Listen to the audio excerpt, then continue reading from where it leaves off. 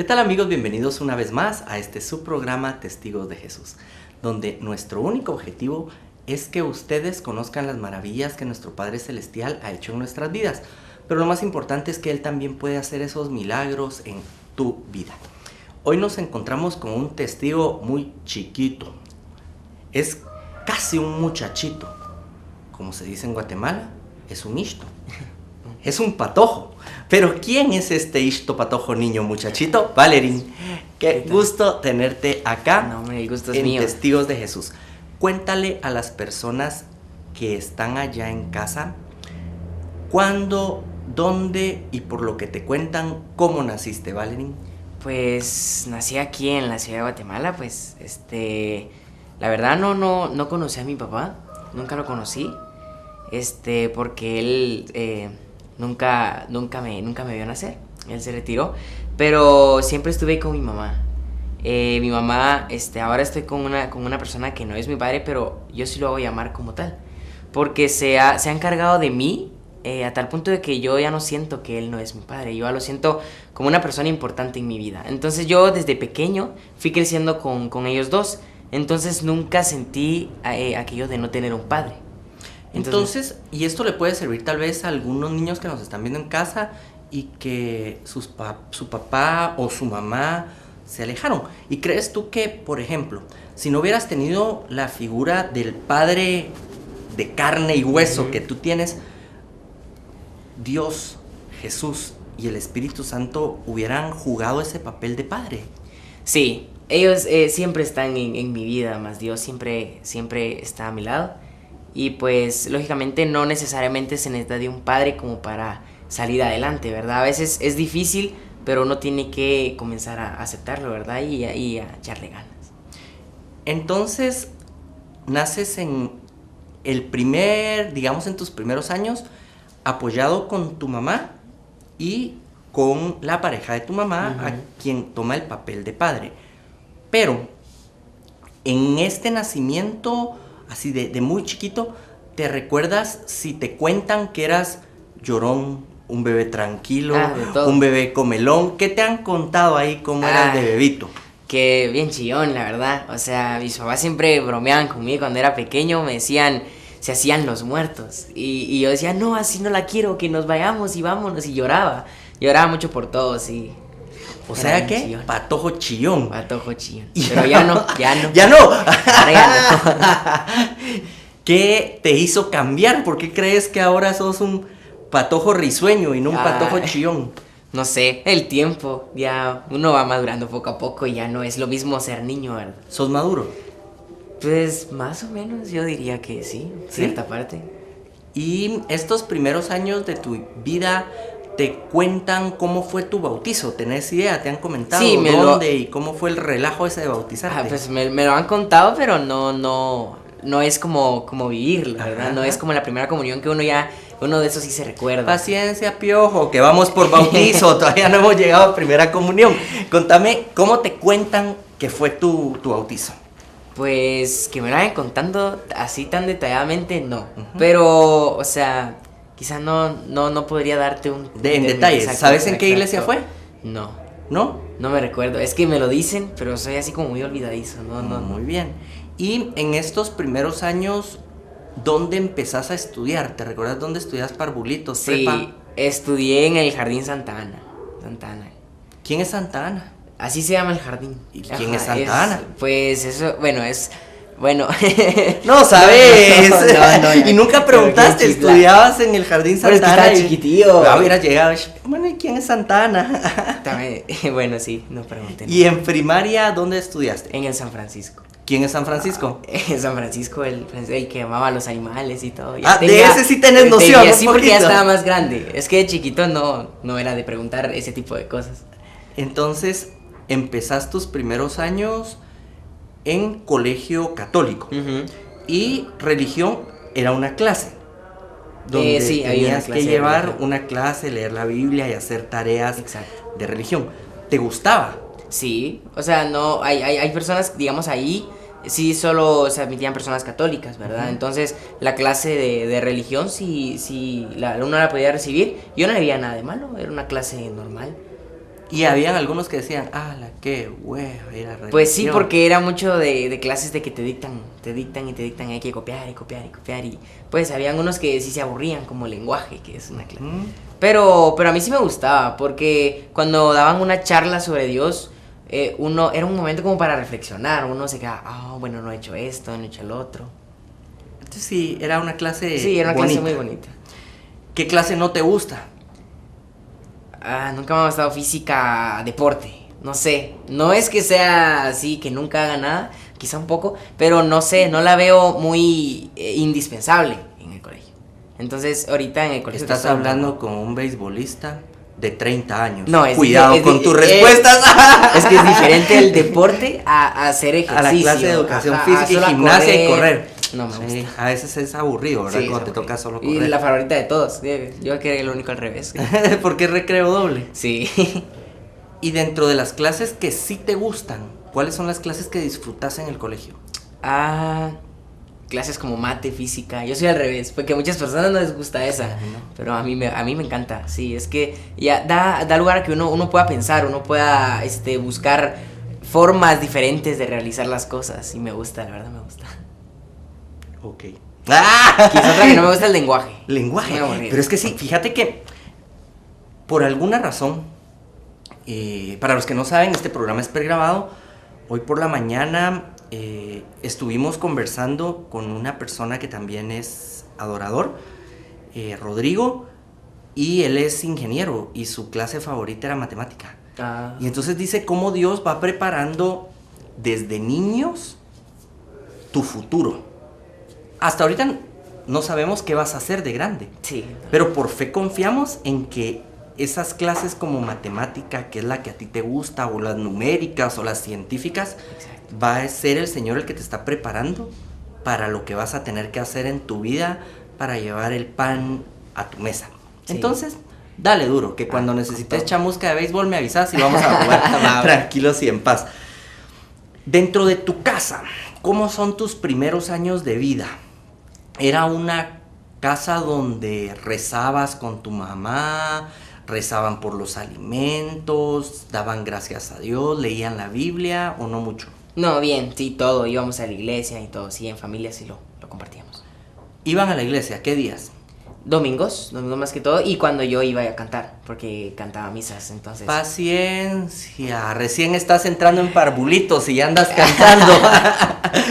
Entonces, digamos, en tu casa sí te levantabas y rezabas por un nuevo día, en la noche rezabas para darle gracias a Dios, por el día que terminaba y en las comidas también. Exacto. Ir a misa los domingos, ¿ibas a misa temprano, tarde, en la noche? En las mañanas, era más en las mañanas. ¿Y no te aburría tener que hasta el domingo levantarte temprano y tener que bañarte y tener que arreglarte? Quizá quizás sí un poco, pero por el hecho de que a veces uno los sábados se desvela y uno pues piensa quedarse dormido, pero sí me tocaba ir a cantar. Sí, es más asisto a cantar. Ok. ¿A partir de los cuántos años empezás a cantar en la iglesia? Desde los 8. Yo desde los 8 comencé ya cantando misas. Fue porque desde la música la empecé desde los 5, pero nunca me había aventado, hasta que mamá me dijo, no hombre, mira, si podés, y me comenzó a meter en todo esto, y el padre dijo, un día me dio la oportunidad de tocar una misa en la San José Obrero, y fue la primera misa que canté, y estaba repleta, y yo estaba que me moría de nervios, porque era la primera vez que yo cantaba públicamente. 5 años y te empezó a gustar la música. El piano, más que todo. ¿Cómo hiciste clic a los 5 años con el piano? O sea, no tenías ni el tamaño de dedos para tocar piano. Necesitabas como una extensión de dedo para que te llegara a la siguiente tecla. Punto 1. Punto 2. He escuchado testimonios y la mayoría es la guitarra porque quieren ser rockeros, greñudos y locos. Sí. Entonces, pero me estás diciendo, a los 5 años tocar el piano. ¿Cómo se pregunta? ¿Qué onda con vos, vale? ¿Qué pasó? Pues yo creo que fue culpa de mamá, porque ella comenzó con el piano. Ella iba a aprender piano y todo, y estaba yendo a clases del conservatorio, y yo veía que tenía, uno de chiquito, uno es como bien curioso, ¿verdad? Y ve grandes cosas y uno tiene como la duda de qué es. Y ella siempre lo tenía en la sala, pero no me dejaba tocarlo porque por ser niño lo podía botar o cualquier cosa. Y yo siempre le decía, mami, préstamelo, y nunca me lo daba. Hasta que un día lo dejó instalado y me fui de curioso a tocarlo, ¿va? Y no sé qué presioné y comencé una cancioncita. Y vi que en el piano había que cada nota que sonaba la canción comenzaba a reflejarse en el pianito que estaba ahí. Yo me daba cuenta que ese mismo piano que estaba en la pantalla era el que estaba virtualmente. Entonces yo comenzaba a buscar las notas, a querer encontrarle un ritmo. Y así fue como le dije, mamá, mira lo que saqué. Y yo le decía, y ella me miró. Y fue con mi papá que me vieron y solo se quedaron así como, o sea, ¿y de dónde lo sacó? ¿Va? Entonces ellos se fueron dando cuenta que a mí me gustaba la música desde pequeño. Quizá antes no lo veía como lo veo ahora, pero sí me comenzó a gustar desde pequeño. Y comenzaron a insistir en eso ellos. 5 años, ¿cuántos años tenés ahora? Ahorita tengo 16. Acabo de cumplir. O sea que son 11 años de tus 16 que has estado rodeado de música, teclas, notas y partituras. Sí, más de toda mi vida, en sí, casi desde que toda mi vida ha pasado con la música. A los 5 años, ¿qué tipo de música llamaba tu atención? Clásica. Es que a los 5 yo empecé con el piano.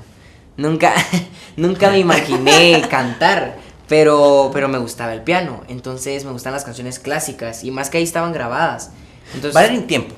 Si sos consciente que sos alguien bien especial, porque sos una persona muy diferente a los comunes mortales, porque no es muy habitual que un niño de 5 años diga mi música favorita es la música clásica. En mi caso, mi música favorita a los 5 años sería Cri Cri, tal vez, o Las aventuras de Enrique y Ana, ¿verdad?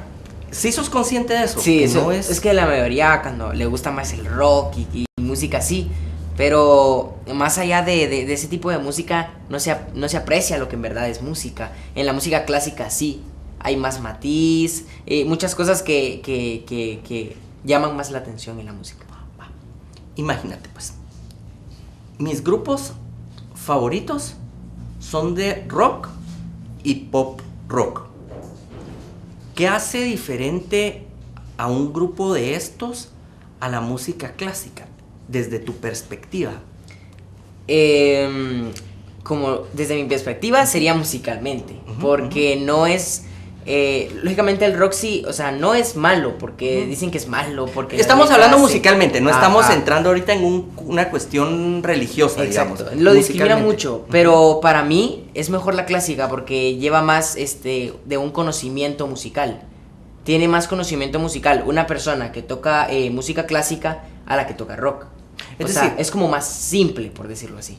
Me imagino has tenido estudios de música clásica por mucho tiempo, sí. Entonces, con estos estudios de música clásica por mucho tiempo podrías tocar rock, baladas, rancheras, pop de lo que se venga. E interpretar cualquier tipo de música. Sí. Mientras que si sos mariachi, muy poco probable que de repente interpretes Beethoven, Mozart y algo por el estilo. Eso es lo que nos estás tratando de explicar.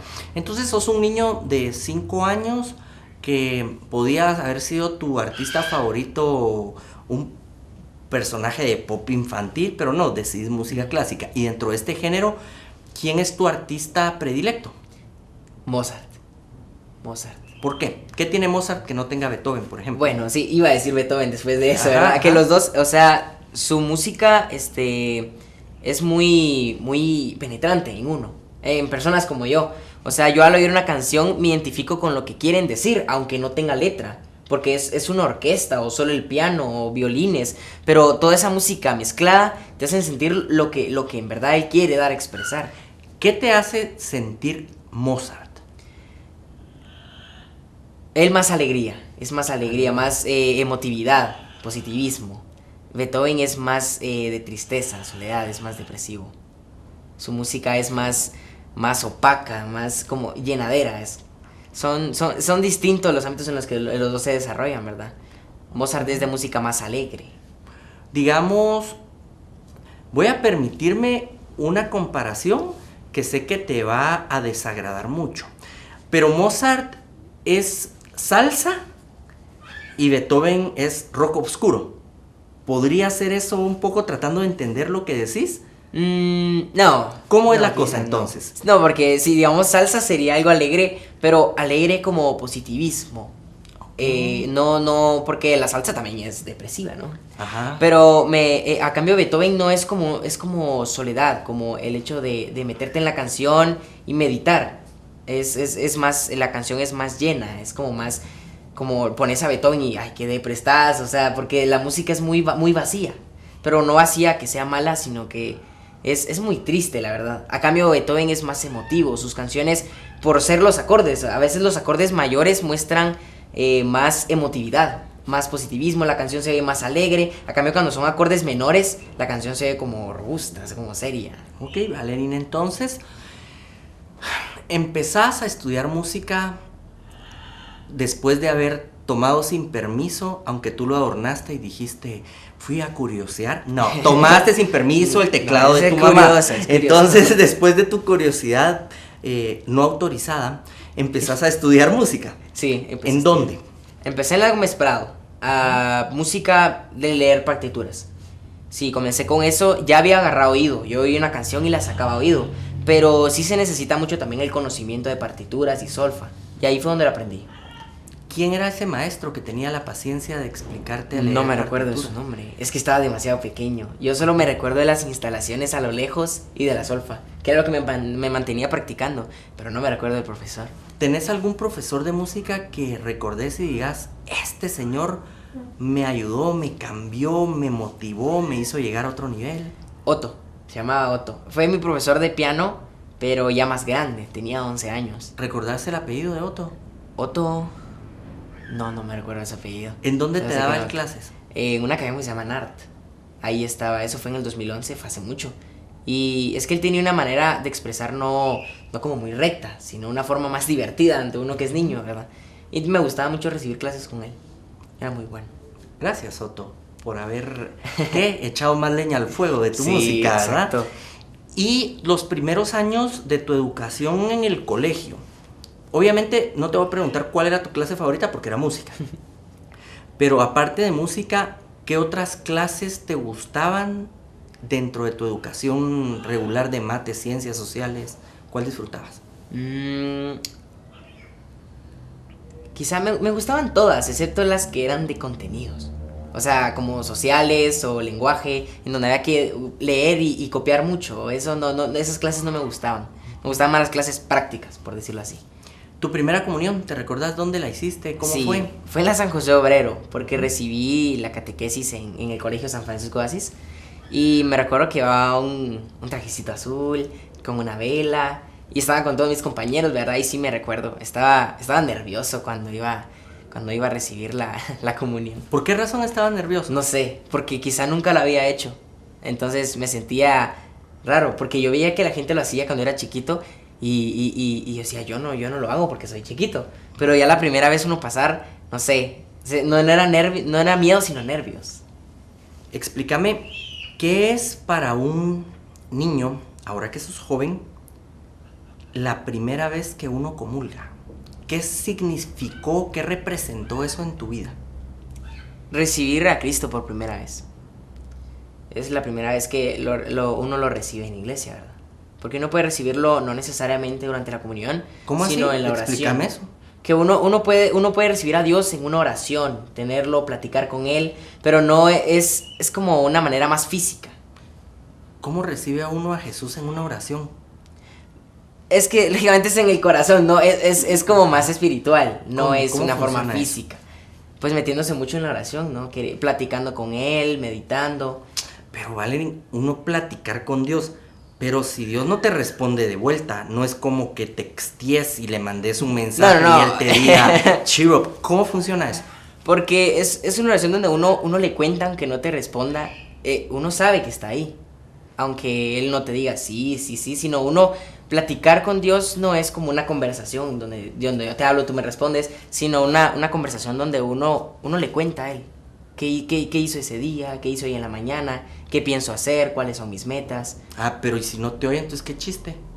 Pues, lógicamente, o sea, sí te escucha si uno está en una oración, de verdad. Uno no puede decir, bueno, hoy voy a decirle algo a Dios cuando uno no está pensando en verdad querer platicar con Él. Valerín, ¿has entendido que lo que estoy haciendo es molestándote a propósito? Sí, yo lo sé porque te estás riendo. No, y es que realmente muchas de las personas que están ahí en casa, podría ser que nos esté alguien viendo que no haya conocido a Jesús y que no haya tenido estas pláticas, estas oraciones, Sí. que no haya tenido estas experiencias de agarrar un teclado y decirle, sos mi papá y te amo con todo mi corazón. Entonces trato de ser lo más, digamos, expulgar bien lo que nos estás diciendo para que los que están ahí en casa entiendan este relajo de amar a Dios en el que nosotros nos hemos metido y que hemos decidido seguirlo. Entonces, tu primera comunión fue algo muy importante en tu vida porque recibiste por primera vez el cuerpo de Cristo en una forma física de hostia. Pero también les queremos decir, eso no quiere decir que hasta ahí Valerín haya conocido a Dios, porque él oraba y a través de la oración había conocido a Jesús, a Dios, desde antes. ¿Tenés idea más o menos de a los cuántos años fue la primera vez que tuviste conciencia que existía Dios, que estaba contigo y que dijiste voy a creer y amarle a Él? Quizá fue desde muy pequeño, cuando comencé a tener razón, cuando dejé de ser un bebé y a ser un niño que ya piensa, ya le explican algo y uno lo tiene un poco más claro. Quizás desde pequeño, porque mi familia siempre iba a la iglesia, mi papá predicaba, entonces yo siempre me iba con ellos. Entonces desde muy pequeño creo en la existencia de Dios, ¿verdad? ¿Cómo le explicarías a algún niño que está viéndonos ahorita en casa o algún joven que nos está viendo ahorita en casa, qué nos hace creer en algo que no vemos? La fe. Más que todo es... ¿Qué es ese sentir. relajo de la fe? Exacto. Contame. Bueno, es que hay muchas dudas sobre qué es la fe. Y lógicamente la fe no se ve, sino, o sea, es más como se siente, ¿no? Uno puede venir e imaginar que existe, pero uno no dice, bueno, sí existe y ya, no. O sea, uno lo piensa y uno conforme va pasando el tiempo, uno lo va sintiendo. A veces suceden cosas en la vida que no hay más explicación en la que puede ser un milagro, ¿no? A veces yo desde pequeño tenía una enfermedad de la cual salí adelante y yo no le veo una explicación hoy por la cual una enfermedad incurable se pueda sanar. O sea, eso ya es un acto que uno lo puede no ver sino sentir. Entonces ahí es como comienza la fe. ¿Qué enfermedad padeciste? Era de unas manchitas que me salían por todo el cuerpo. Se llamaba eran blancas. Manchas blancas. Ajá. En la piel. Que el nombre... Vitiligo se llama. Vitiligo. Ajá. Padeciste de niño de vitiligo. Y sanaste de esa enfermedad que en teoría no debería tener cura. Exacto. ¿Rezaste alguna vez por...? Fue mediante oración. ¿Cómo pasó? Contanos. Primero comencé a tomar pastillas, pero me llevaron una oración que era de San Fray, algo así. Ajá. Y esa oración la hicieron para que la enfermedad se sanara, ¿verdad? Y conforme el tiempo las manchitas se fueron quitando.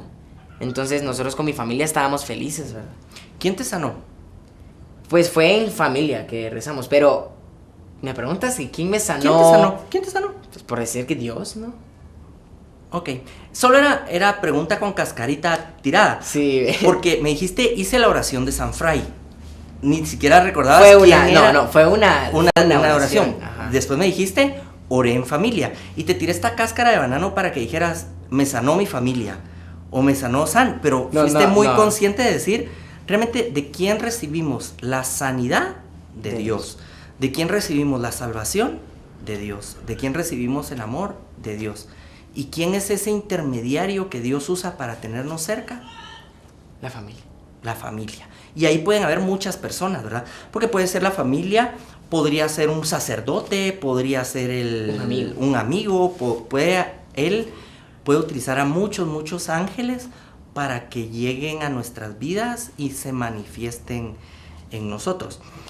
El tiempo pasa muy rápido en televisión y Rodrigo nos informa que es hora de despedirnos, pero te quiero lanzar un reto para que estés aquí la próxima semana nuevamente con nosotros y con las personas que nos están viendo, para que nos sigas contando cómo Valerín a sus pocos años de vida, desde los 3 años se enamora de la música, a los 5 empieza a alabar a Dios y esta historia no ha parado hasta hoy. Continuará. Es correcto, continuará. A ustedes que nos ven allá en casa les agradecemos por el favor de su atención, por habernos dejado estar hoy durante esta media media hora en sus hogares, y los invitamos a que visiten nuestras redes sociales. Nos pueden seguir a través del Facebook, a través de Twitter, a través de YouTube, y esperamos que la paz, el amor y todo el poder del Espíritu Santo, que sobrepasa todo entendimiento, reine en sus vidas, en sus corazones y en sus hogares. Si el Señor así lo permite, nos vemos la próxima semana para seguir hablando un poco con Valerie y conocer más de su testimonio aquí en Testigos de Jesús. Si el Señor lo permite, nos vemos la próxima semana. Hasta entonces.